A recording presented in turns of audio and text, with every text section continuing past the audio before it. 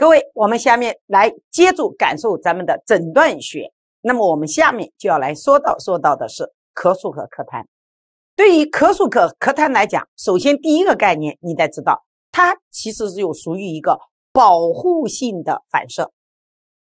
它是一个保护性的反射。有同学说王老师，咳嗽还是个保护性的反射？对，你想一想，我们呼吸道是不是只有一个口？鼻孔啊，对外开放的。那进去的气体，进去的空气，它是不是要有谁呀？它是不是要有粉尘？是不是要有病原体？那这些粉尘，这些病原体最后到哪里去了呢？是不是就是我们的呼吸道可以进行自净作用？自净可不是自杀啊，各位，是这个自净，自己清洁自己。那么它怎么自己清洁自己呢？我们的气道上有腺毛，腺毛上面有粘液，那么腺毛进行摆动。各位，你告诉我是向上摆还是向下摆？有同学王老师向下摆，你可悲惨呐！向下摆，我问你活了几十年，那得有多少的垃圾啊？是不是都出不去？好在我们的呼吸道的腺毛没有你这么糊涂，它都是往上摆。那么往上摆，再加上上面有粘液，它就不停的把空气中、把气道中的这个有毒的物质、这些病原体、这些粉尘，那么大家知道它是不是都往上、往前面摆，一直摆到哪个地方啊？往上一直摆到喉部，然后我们的胸腔压力增大，大家知道是不是两种方式出来？要不就是喷薄而出，是不是叫做打喷嚏？还有一个就是我们所讲的咳嗽。看到没有？所以咳嗽它是一个什么？保护性的反射，也就是说它是我们呼吸道的一个自我清洁自己的一个动作。所以大家都注意，那这个咳嗽咳痰对我们人对我们的呼吸道来讲，是不是其实是一个好的啦？那这样的问题就出来了。有同学说王老师，那就让他使劲咳呗？不行，为什么？咳的我们睡不成觉，咳的我们吃不下饭，咳的我们说不成话，对不对啊？所以各位，我们是不是就要不能够怎么过度的咳？问题就来了，什么原因可以导致我们咳嗽呢？有同学说王老师我知道了，我们的呼吸道黏膜是不是就是一个感受器？各位注意来看啊，感受器。感受器是什么意思呢？也就是说你刺激我了以后，我可以感受到，了以后，那么我呼吸道就有一个作用，你给我出去，你不属于我的呼吸道里面的东西，所以说是不是就让你出去了？所以各位咱们来看一看啊，咳嗽是一个防御性的动作，对吧？通过咳嗽是不是可以清除我们呼吸道的内分泌物和异物？这个就是咱们前面所讲的，它是一个自净的作用。想一想啊，我们的气道总共分的有23级呀，各位，就给那干部长的一级一级，从上面的部长到下面的师长，再到下面的厅长，再到下面的大家知道是不是副厅长、处长、副处长什么什么？大家知道一级一级的往下分，总共我估计是不是也就18级干部啊？我不知道。但是我们的呼吸道里面整整的一级一级的往下走，有了23级。那么这么多的这么急的，也就气道越来越细小，它最后的这些分泌物、这些异物都是通过咳嗽回去的。好，我们现在知道咳嗽，各位，我现在要知道一个什么原因可以导致咳嗽？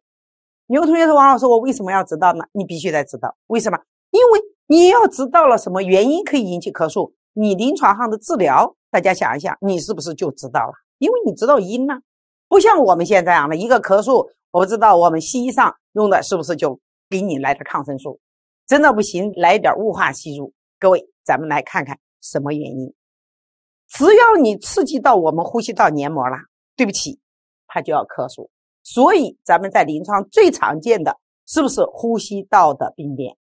那么呼吸道的病变什么可以刺激呢？可以你看感染，还有肿瘤，还有哮喘。哮喘大家知道最主要的是不是对于这个病人来讲，他进去的是不是叫做过敏源，对不对？过敏源还有异物。你们不要说这些呀，大家都知道，就最简单的一点的就是谁呀？就例如你吃饭，你吃饭的时候或者喝水的时候，或者你说话的时候，这个水呀进入到气道，气道是不是就是凌人来？什么叫凌人来？就你给我出去啊！你看你自己现在有没有你自己吞一口水把自己给呛的半天说不出话来？有同学说哦，王老师有，你看没有的，更不用说一个什么呢？咱们别说花生米的问题，咱们都说你的这个面条啊，或者是你这个米饭，你进入到我们的呼吸道，呼吸道是不是一直你呛咳让你出来？它要不是从嘴出来，要不是从鼻子出来了。各位，你要不相信，你现在可以试一下。你来一个，把你的米放到你的呼吸道里面，你看啊，最后它是不是有一种可能是不是从鼻子里面出来了？那就是呼吸道啊，看到没有？虽然你吃进去了，但是你进入呼吸道，最后它是通过鼻子出来的。所以我们的呼吸道里面，你只要是不属于我们正常的这些什么这些因素，最终这些因素它统统是不是都给你排出去？我们看到有呼吸道有病变，你来看一个，还有一个神奇的就是胸膜病变也可以引起咳嗽。胸膜病变，例如我们所讲胸膜炎、气胸，有同学很可能要问我这样的一个问题，不仅仅是有一个人问，是多个人都问。这个是在面授课的时候有很多同学问到一个问题，王老师，胸膜腔积液和肺水肿有啥关系？各位，那王老师现在在这个地方给你插播一个新闻，就是胸膜腔，注意来听哦啊，很有意思。要是想说这个问题呢，我们就得从咱们胎儿说起，也就是说讲这个故事我们都要从过去说起。在胎儿时期，大家知道我们的肺啊，肺有肉没肉啊？在胎儿时期没肉，肺就是一坨肉，它就是一坨肉。哎，那么它的这所有的肺呢，我们总共2个肺，它有3到5亿个肺泡，3到5亿个肺泡，这时候的肺泡全部里面都一点气都没有，就没有气体。那么我们要讲把这个肺泡呢比喻为一个什么？比喻一个降落伞。那么此时此刻的就胎儿时期的我们这个肺泡呢，就相当于没有打开的降落伞。这个大家听明白了没有？好，明白了啊。那等到我们出生了，肺才有用。当我们出生的时候，大家知道所有的人出生了以后是不是都张大嘴巴使劲的哭？它其实这个哭是什么问题啊？宣告我的肺要往里面进气体了。你们可以仔细的看一看，在人类哭的时候，嘴巴是不是大张，鼻子是不是大张，气体全部都要往里面进去。这个时间呢，我胎儿时期的时候，从胎儿也就是说进入到人世间的时候，我们的整个肺的所有的降落伞噼里啪啦就开始打开了。大家可以想象出来，3到5亿个什么降落伞全部打开是多么的壮观。那么这个肺被打开了以后，也就肺泡被打开了以后，里面是不是要进气体？那进气体，这个肺泡就在我们要活住，就要求什么？你这个肺泡呢必须一直撑住。为什么？你的肺泡一直撑住，我的气体是不是才可以自由的进出？是不是才可以进行气体交换？有人说那就撑住呗。问题是谁撑住它？我们的肺，大家注意啊，肺它是有个弹性，它是个弹性组织，就像我们的橡皮筋一样的，你得拽住它。也就是说，这个肺你得给它牢牢的固定在我们的这个排骨上面，就咱们所讲的咱们所讲的什么胸廓。其实猪排和人排是一样的，不相信你可以看一看啊。对不对？王老师，我怎么看？哎，你吃过那个猪排没有？猪排的，你买一块猪排，外面是不是有肉？我们把皮剥了，怎么地？我不管，里面大家知道是不是很光滑的白的，对不对啊？哎，一样的道理啊，我们人的胸廓里面也是这一样的，跟猪排是一样的，里面也很光滑。那么它在这里面呢，有一层膜，我们靠近于体壁的，是不是把它叫做壁层膜？听清楚啊，把它叫做壁层膜。那么在咱们的肺的什么呢？外面呢又有一层膜。那么这一层膜呢，我们就把它叫做脏层膜。看到没有？脏层膜。好嘞，现在的问题是什么呢？它是不是要把这个肺牢牢的粘在我们的排骨上，也就是胸壁上。那此时此刻又没有502，而又没有双面胶。你要有502双面胶，大家知道是不是可以跟它两个牢牢的粘在一起？那我们人类进化的时候简直太神奇了，怎么神奇？它让这层膜牵手，是不是连到一起？对不对啊？好，这是不是在临床就形成到什么？是不是形成到我们经常挂在嘴边的，是不是叫胸膜腔？哎，这个时间我们就形成了胸膜腔了。哎，有的人是长个胸膜腔有什么用途呢？好办，他把这里面的气体呢完全的给它抽干，成负压，也就里面是真空的。各位，你想一想，这要是一个塑料袋，你给它抽空了，那这2层壁是不是就紧紧的贴在一起？这个大家是不是都有概念了？对不对？像我们的有的看到真空包装的，是不是紧紧的贴在、紧紧的粘在一起的？对不对？你根本就分都分不开。那你告诉我，这个胸膜腔的作用是不是就可以让我们的肺被固定住，而且是不是被撑开住？那么我们的肺泡一直3到5一个肺泡，是不是就像降落伞一样的，一直是不是就被打开？那么我们的气体是不是就可以进出？这样的情况之下，是不是我们就不缺氧了？对不对啊？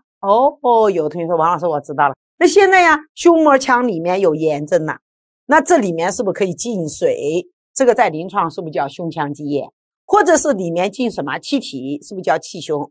那无论你是气胸还是胸腔积液，大家知道，就让我们的排骨和我们的肺是不是就不能够牢牢的粘在一起了？那肺就回去了呀，回去了后，也就是说像一个橡皮筋一样的，它要回去，我们把它叫一个名字，叫做肺不张。我估计有的讲到这儿，有的同学说，王老师，我终于知道什么叫肺不张了。看到没有？在这儿是不是讲了几个病呢？一个是胸膜腔积液，一个是不是气胸，对不对？还有一个肺不张。无论你是胸膜腔里面进水啦，进气体啦，我问你，肺是不是就都有一部分呢？是不是回去了？那肺泡有一部分都不上班了，那我问你，这个在临床是不是都表现为缺血缺氧？对不对？只不过气胸呢，它是突然的进去气体，它是不是突然的传别？而胸腔积液呢，是水是不是慢慢的进去的？所以说它是不是慢慢的胸闷的传别的？对不对？还好哎，怎么好啊？你们要有这些病变的时候，我就咳，我给外面报告。我说你这里面有病呐，各位，你们告诉我这个咳好不好？你们该不该知道啊？就说王老师真的该，原来我光知道气道有炎症了，他会咳嗽。现在这一讲，大家知道胸腔气道里面有什么异物啦，有病原体啦，有肿瘤啦等等，这个在临床它可以咳嗽。胸膜腔病变是不是也可以咳嗽？还有一个神奇的地方呢，心血管疾病也可以。这心血管疾病和我们的肺部是哪里跟哪里呀？OK， 我们来看看，这个是不是王老师砍了一针的肺里面，我给它取出来一点，是不是拿出来了？这是肺泡，肺泡的外面大家知道是不是都是毛细血管网，对吧？是不是都是毛细血管网？我们的肺呢，大家知道是不是通过肺动脉把血液给送进来，然后通过肺静脉是不是给它收集回去，对不对啊？现在是什么问题呢？你看到没有？肺水肿、肺淤血。其实肺水肿、肺淤血这个在临床根本的问题都是肺静脉出问题了。肺静脉里面有大量的东西出不去，也就大量的血液出不去啊，各位。就像咱们现在不知道你们看新闻了没有？我看到法国这个英国一旦说这个新冠病毒怎么变异了，立即把那个英法这个什么隧道海底隧道给关了，一关呢呀有3000多辆的什么大卡车走不了。那一样的道理啊，我们就相当于这个就相当于咱们的肺静脉里面要是淤血了，那就相当于有很多很多的咱们所讲的什么血液是不是就在这个地方淤嘛，在那停留了。一停留的结果是什么啊？各位，这个水它是不是就要进入到肺泡，从而引起肺泡里面有水，肺泡里面有水叫做肺水肿。胸膜腔里面有水是不是叫胸腔积液？那你告诉我哪个厉害？哪个都厉害，要严重的都厉害。无论是二间脉狭窄还是左心衰，最终导致的都是肺静脉的血走不了。为什么？因为肺静脉大家知道，他们最后要进入到什么？左心房，是不是要进入到左心室？通过二间瓣是不是把血液送到了左心室？左心室再通过主动脉是不是送到全身？现在可好，你要是二间脉狭窄了，血液是不是下不来？左心房的血液下不来，肺静脉的血液是不是大量淤积？还有呢，左心要是衰了呢？左心衰我们可以看到没有，它的根本问题是不是血液是不是也下不来？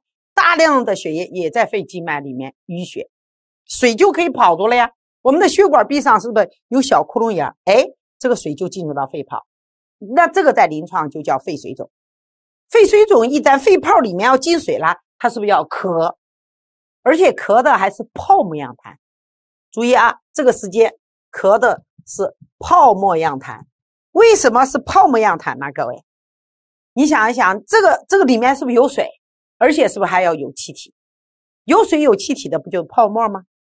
对不对？这个在临床就叫做肺水肿。好了，心血管出血我们知道了，还有一个大侠大咖，就是谁呀？就是中枢神经系统的。中枢神经系统为什么可以啊？因为我们的呼吸中枢是在延髓，我们呼吸有中枢啊，也就是说有领导啊。那领导要生病了，他是不是也在咳嗽？看来我们这是不是什么平民和领导是干嘛？是平等的。好了，各位，现在我们是不是脑袋被洗了？为什么被洗了呀？原来认为这个咳嗽啊，仅仅就是什么啦？我不知道中医上怎么讲啊，在西医上大家知道最常见的，我们有大夫就开始用抗生素。现在你都知道了，它有这么多的因素，有气道的感染，有我们所讲的，还有什么咱们气道的肿瘤啊，还有等等等等都可以，只要是异物这些东西进去，人家都让你出去。除此之外，还有胸膜腔、心血管以及中枢神经系统都可以引起咳嗽。所以你下一次了后，一旦见到咳嗽了后，你不要上去就给人家种抗生素，那就说明你太丢人了，你没有听王老师的课。好嘞，我们知道了咳嗽，那么下面我们都来看看咳嗽的时候有一种情况，有的时候有痰，有的时候没痰，对不对啊？所以我们在临床上呢，分为干咳和湿咳。有的同学说王老师分为干爹和湿爹，我们没有这样分的啊。咱们来看，所谓的干咳是不是痰很少？所谓的湿咳指的是不是有痰液？那么干咳在临床往往是见于比较刺激性的，像我们所讲的咽喉炎呐，还有胸膜炎呐。你看胸膜炎它没有痰，对不对啊？还有病变气道的急性气道病变的早期大家知道痰是不是还没有来得及产生？而有大量的痰呢，像我们讲肺炎呐、慢性支气管炎呐、肺脓肿啊、支扩呀，这个在临床是不是都可以有痰？特别是我们所讲的肺脓肿和支气管扩张，这两个病变还是一个肺的化脓性的病变。所以说这两个疾病在临床是不是可以导致的是脓痰？走过了干咳和湿咳，知道了咳嗽它的原因，那大家知道我们对咳嗽是不是越来越干嘛啦？了解它了。那现在我们就要来看一看它的咳嗽的时间和节律是有什么样的特点，这个对我们临床上诊断是不是就极有好处了？现在王老师给大家罗列出来4个状态，一个是突然发生的咳嗽，一个是一阵儿咳嗽，一个是又好了。那么还有一种是不是长期的慢性的咳嗽，还有一个就早上起来咳。各位你们告诉我分别介于什么情况？有的人往往是突然咳，那就是异物突然进去了，对吧？刺激性的气体，对不对？你突然的你进去了，那你进到我呼吸道，你就不属于我们呼吸道的东西，你给我出去，那我就突然的发生。阵发性的呢，一阵儿一阵儿的，那这东西一阵儿一阵儿的来，什么病会这样一阵儿一阵儿的来呀？各位我们来看看百日咳、肺癌以及哮喘。百日咳，大家知道这个阵发性，这个一阵儿是不是也时间太长了？对，还有我们所讲的哮喘，还有咱们所讲的肺癌。那要是长期慢性的咳嗽，这个很好理解。那例如在临床上是不是有长期慢性的气道的炎症？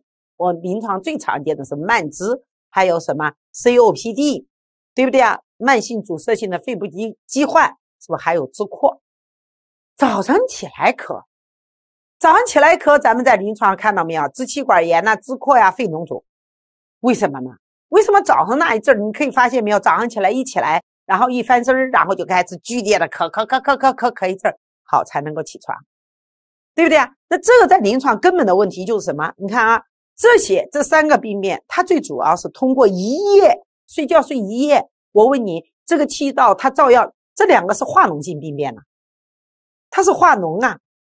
你睡觉的时候，它是不是照样的也是在病变也是在进行的？它可没有睡觉，它照样的，人家化脓性病变，等到你睡觉的时候，人家还在加班呢，人家还在工作了，也就是说它照样的是不是产生脓液，产生粘液？同样的道理，慢性支气管炎也是这样的。那你经过一夜，好，你起来了，你起来了后，我问你，你气道里面是不是堆了一晚上的这个液体，一晚上这个痰，然后你一改变体位，它是不是要流动？一流动刺激到我们呼吸道，我们呼吸道说了，哦，半夜里面你都一直在那产生，然后你不动，我没有发现你，现在我起床了，它一流动，我们的气道是不是感觉到了？感觉到了，你给我出去吧，它是不是非得给它排出去不可？所以说啊，清晨是不是要剧烈的咳？哎，现在明白了。好，这是咳嗽的时间和节律。你看这个在临床最主要的是不是就跟它的体位有关系了？夜间咳，夜间咳在临床最常见的是左心衰和肺结核。我们再来看看咳嗽的音色，就像我们弹钢琴、弹小提琴，我拉小提琴，还有古筝，对不对啊？咳嗽它的声音有嘶哑的，那嘶哑在临床最常见的是声带和喉部病变，什么声带炎、喉炎、喉癌、喉返神经等等。除此之外，犬吠一样，像狗一样的声音啊，咳嗽可不是像狗一样的什么这个咳的声音，这个在临床最常见的喉炎及其急性气道异物，还有咱们所讲的百日咳，像鸡鸣一样。那这两个大家再记住，一个像犬吠一样，一个是什么鸡鸣一样。犬吠一样我们可以看在临床见于是不是喉炎或者是异物，那我们要注意叫做犬吠吼，要有犬吠叫，喉医道。喉大家知道是不是喉部病变，医最主要是异物啊，最主要是异物。那同音呢，喉医道，狗一叫喉医道，有的网友犬吠吼狗一道，哎，就喉医道。咱们再来看的就是什么鸡鸣百日，这个好记啊，鸡鸣百日。下面我们再来看看痰，它的性状有粘液、有浆液、有粘液脓样的，还有我们讲的脓性的，还有浆液血性的和血性的。我们了解它有这么多的，也就是说痰的性状都是不一样的。那现在我们就把记忆的关键的地方让大家记住就 OK 了。你看第一个就是恶臭痰，有的人王老师恶臭痰是什么样子的呀？你要真的不知道，我就告诉你，就是你家的老鼠死了，你怎么找就找不着。那这个在临床上就叫做恶臭痰，又叫它其实在临床最常见的就是厌氧菌的感染。除此之外就是黄绿色痰，黄绿色痰就是铜绿假单胞菌嘛，铜绿假单胞菌就是我们经常所讲的是不是绿脓杆菌。粉红色泡沫样痰，有的同学说王老师这个痰怪浪漫了，我告诉你这个病可不浪漫。一旦要出现了粉红色泡沫样痰，就相当于是什么？我们的肺泡外面的什么啦？毛细血管，咱们刚才所讲的毛细血管是不是肺静脉有大量的淤血？而且这个时间正常情况下，它这上面是小窟窿眼儿，进来的是不是水？那这个时间往往是泡沫样痰。假如出现了粉红色泡沫样痰，红细胞进来了，明白不明白？红细胞进来了就是粉红色泡沫样痰。哎，那这个在临床就建议急性肺水肿。好了吧？除此之外，大量脓痰，就我们刚才给大家讲的，一个是支气管化脓性病变，一个是肺脓肿，也就是化脓性病变。那么只要是化脓性病变，那么排出去的，大家知道是不是就是脓痰，而且是大量脓痰。我们把这个大量的脓痰给它放置一段时间，注意啊，用玻璃瓶子。就我们上班的时候，原来刚开始上班时候，过去的就是罐头瓶啊，就是谁要是有病啊，给他买的水果罐头。那时候买现成的新鲜的水果不容易买，往往做的是什么？是我们说讲就玻璃瓶的罐头。那你把这个痰就放到那里面去，然后它是不是静置放成3层？上面是泡沫，中间是浆液，底层是坏死的组织。那就像我们的什么一样啊？看到没有啊？就像我们在泡的一杯茶叶一样，你把你现在手头里面的有一杯茶叶水，然后你给它干什么？盖住盖，使劲的晃一晃，使劲的晃一晃，然后你会发现上面一层膜就叫做泡沫，那么下面的茶叶就叫做坏死组织，中间的那就叫做什么？就我们所讲的浆液或粘液。有同学说王老师恶心死了，我还得记住了。对，你必须记住，这个黑板里面的要求你都得记住。恶臭痰厌氧菌、铜绿钾单胞杆菌，也就我们所讲的绿脓杆菌、黄绿色痰，这个大家都记得住。还有一个是急性肺水肿，是见于粉红色泡面痰、大量脓痰，这个在临床这支扩和肺脓肿。下面呢，我们再来看一看，就是咳嗽咳痰的时候，我们是不是讲完了？那咳嗽咳痰问诊的要点是什么？第一，你是不是要看看他咳嗽的性质，对不对啊？第二，咳嗽的时间和阶段，是早上咳，是一阵咳，还是持续性咳？咳的音色是弹的钢琴，还是弹的小提琴，还是弹的电子琴？什么意思啊？是我们所讲的，是全肺样的，还是什么？还是鸡鸣样的？这个大家是不是得知道？并且它的伴随症状。除此之外，就是痰的性状和什么和量。还记不记得厌氧菌感染是恶臭痰，对不对呀？铜绿钾单胞菌是绿色痰，粉红色那个浪漫的就是那个急性肺水肿，对不对？还有呢，大量的脓痰见于支扩和肺脓肿这2个化脓性的肺部的病变。好嘞，我们最终把咱们这个咳嗽咳痰的要点，各位我们再给大家进行总结一下。全肺样的是不是见于急性喉炎和气道的异物？我们要知道是全肺喉医道，全肺教喉医道，这个也可以啊，把这个喉改成什么教。再来看呢，是鸡鸣百日，对不对啊？我们还有恶臭痰、厌氧菌、铜绿钾单胞菌、黄绿色的粉红色泡面痰，还有我们所讲的急性肺水肿的特征。最后一个大家要记住了啊，就是大量脓痰，最主要是见于支扩和肺脓肿。来，咱们来看嘶哑样的咳嗽。嘶哑样的咳嗽，你是不是得罪了谁呀？对，得罪了我们喉部一带。喉部一带的，那这个在临床有谁呀？对，有声带的疾病。我们再来看咳嗽伴大量脓痰，脓痰最主要是不是支扩和肺脓肿？这2个是不是一个化脓性病变？所以选的是不是E？再来咯，各位再来，女70岁冠心病，今天突然的心慌气短，不能平卧，咳粉红色泡面痰。粉红色泡面痰是不是见于急性肺水肿？急性肺水肿其实就是我们所讲的什么？其实就咱们所讲最常见的就是急性的左心衰。急性的左心衰。有同学说王老师为什么是急性的左心衰？各位你们来看看，王老师给你画个葫芦心，这个是左心房，这个是左心室，那这个地方是肺静脉，肺静脉上面连的，大家知道是不是肺？对不对啊？现在的问题为什么呢？你看啊，现在突然这一块我们所讲的冠心病嘛，是不是心脏的突然的有一大块是不是坏死梗死嘛？梗死了后，我问你，这个心脏的左心室的泵血功能是不是就降低了？原来呢，每一次使劲的一收缩一次，一半以上的全部都射出去了。现在可好，射一次了后，也就是说这个时间是不是囤留的很多，射出去的很少。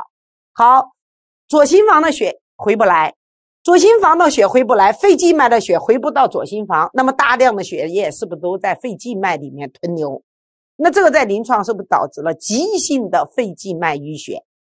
那么压力又贼高，所以说红细胞也出去了，也冲出去，憋出去了吗？憋到哪去？憋到肺泡啊，对吧？红细胞也憋出去了，水也憋出去了，那就叫做急性的什么？